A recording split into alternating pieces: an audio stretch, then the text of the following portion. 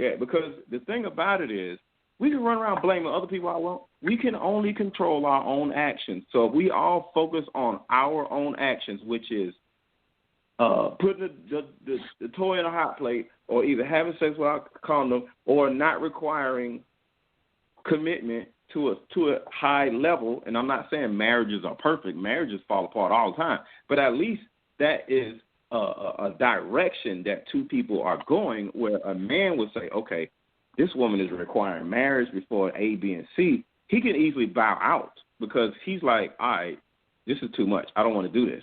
And he'll just literally just go away.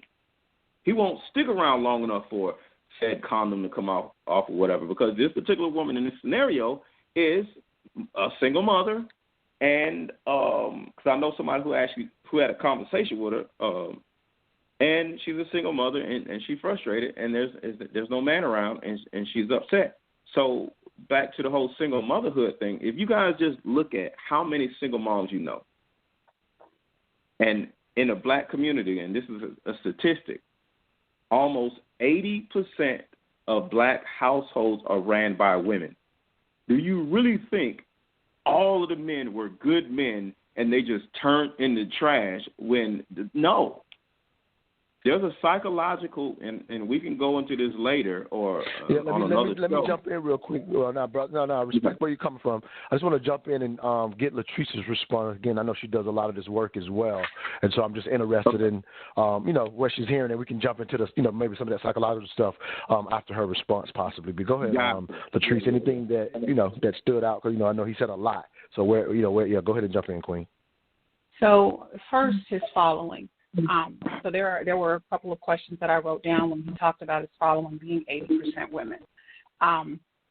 Why, the first thing is, why is it that you're following? Why is it that it's 80% women? Did you begin your platform speaking to women? And does it do men or the women who listen to you a disservice? Because everything that I heard in the deeper dialogue absolved the man of responsibility. It's the woman's responsibility to ensure that the man that she's sleeping with is of a certain way. And granted, all men are not players, but there are a large percentage of them who present that representative at first. And I own the fact that, because I'm big in data, I own the fact that there are psychological reasons that many women make the decisions that they do. But oftentimes, the decisions that they make, sometimes they do go back to childhood trauma, because there is a large percentage of black women who are, by the time they are 18, have been raped, have been sexually coerced. All of these things factor into it. But also the people that they encounter as adults who come into their lives in sometimes wolf in sheep's clothing also has an impact on who they are, their psychological beliefs, their level of esteem, whether it's low, high, average. But the entire argument completely removes the responsibility, any responsibility from men. And I'm not into the whataboutism at all. Oh, okay, let me jump in real quick. So in the next cut, or go in a different direction, just for anybody out there listening, what I'm saying now will make sense once I say this. I will tell you, Latrice, that I don't hear that, and I want you to respond to this, and then I'll let Aaron say something. The reason I say I don't hear that is ultimately, and I don't know Aaron very well, but I'll say, like, for example, while I don't disagree with anything that he said, I would assume, and Aaron, tell me if I'm wrong, but when I say I don't disagree, I also will be amongst men in barbershop, and if I hear a brother saying, "Hey man, my baby mama putting me through this," and I've done this literally, and they're talking about copping out because she's making it very hard, I've been the man to check that man and says, irregardless, you chose her. You still have a responsibility to that child. And so when I'm saying that to him, I am saying irregardless, but his responsibility is completely irregardless of how his baby mother acts. So that's what I'm hearing Aaron say from, my perspective again. And it's just we're just dialoguing this out. So I want you to kind of respond to that before I let Aaron. We might have to go to break, Aaron, before you're able to jump in, just so you know.